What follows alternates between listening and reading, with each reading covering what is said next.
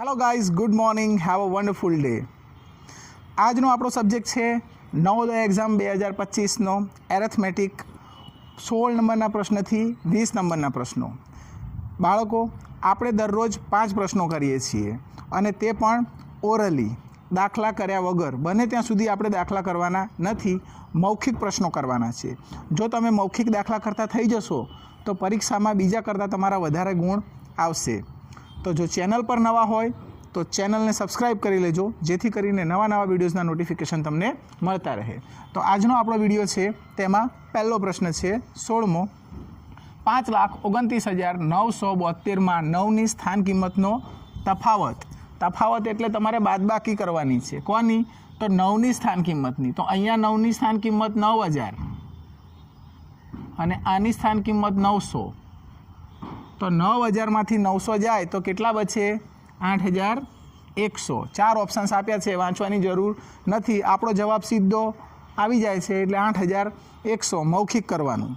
બીજો પ્રશ્ન છે 17મો. 6,25,520માં 5ની સ્થાન કિંમતનો સરવાળો કરો. તો અહીંયા 5ની સ્થાન કિંમત છે 5,000. આવું બી કરી શકાય, એકમ દશક 100,000 વત્તા અહીંયા એકમ દશક 100 500. તો 5,000 અને 500 સરવાળો કરવાની જરૂર નથી, અહીંયા જવાબ આપેલો જ છે. બાકીના ઓપ્શન જોવાની પણ જરૂર નથી દોસ્તો. તો જોયું, એકદમ ઓરલી 2 કે 3 સેકન્ડમાં જવાબ આવે છે. હવે 250 ગુણ્યા 200. તો મોટાભાગના વિદ્યાર્થીઓ શું કરવા મળશે? આ રીતે દાખલો કરવા મળશે. પણ દાખલો કરવા જાઓ તો તમારો સમય વધારે જાય. આપણે સીધું જ 25 દુ કેટલા થાય? 50. ખૂબ સરસ. અને પાછળ કેટલા મીંડા? 1 2 3 મીંડા બીજા ચડાવવાના, એટલે 50,000. જો ઓપ્શનમાં 50,000 આપેલા છે, બધા મીંડાવાળા આપ્યા હશે, મીંડા ગણવા પડે. 1 2 3 4. 50,000માં 4 મીંડા આવે એટલે આપણો આ જવાબ ઓપ્શન ડી એ સાચો જવાબ છે. હવે આપણે 0.5 વાળા મલ્ટિપ્લિકેશન પણ પૂછાય છે ક્યારેક. તો આ 0.5 મલ્ટિપ્લિકેશનની ટ્રીક આપણે ઓલરેડી ચેનલ પર અપલોડ કરી દીધેલી છે, તો એ પણ તમે જોજો. ડિસ્ક્રિપ્શન બોક્સમાં હું તમને નીચે લિંક આપી દઉં છું.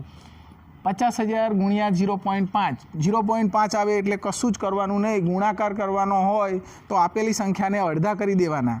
દાખલા તરીકે 50,000 આપ્યા છે તો એના અડધા 25,000 થાય. તો આમાં જવાબ 25,000 ક્યાં છે? આ રહ્યો. દાખલા તરીકે 50 આપ્યા હોય તો એનો જવાબ થશે 25.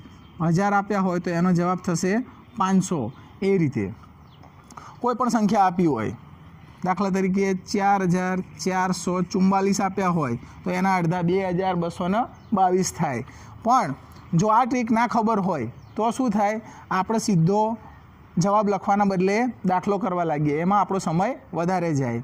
હવે અહીંયા આપણે એક દાખલો લખ્યો છે, પણ અહીંયા આપણે 20મો પ્રશ્ન છે 50,000 ગુણ્યા 0.5. આનો આ નથી, અહીંયા આપણે ભાગાકાર લેવાના છીએ.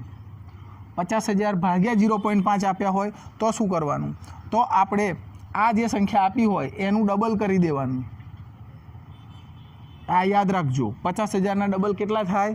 તો 1 લાખ થાય. ઓપ્શનમાં આપ્યું છે 1 લાખ. યસ, એટલે આપણો ઓપ્શન એ સાચો જવાબ છે.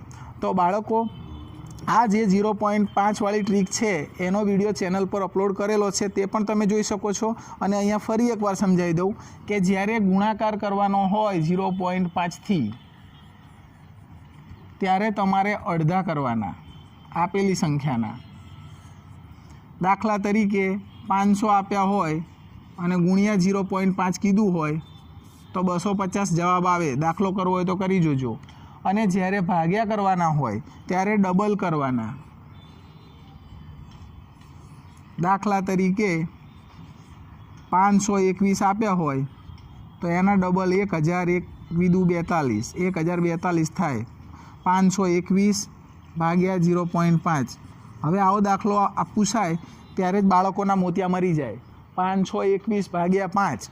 તો બાળક કન્ફ્યુઝ થઈ ગયા કે 0.5 આવ્યું છે, શું કરવું, કેવી રીતે ઘડિયો બોલવો? ઘડિયા બોલવાના નથી, આમાં સીધો જ જવાબ આવે છે.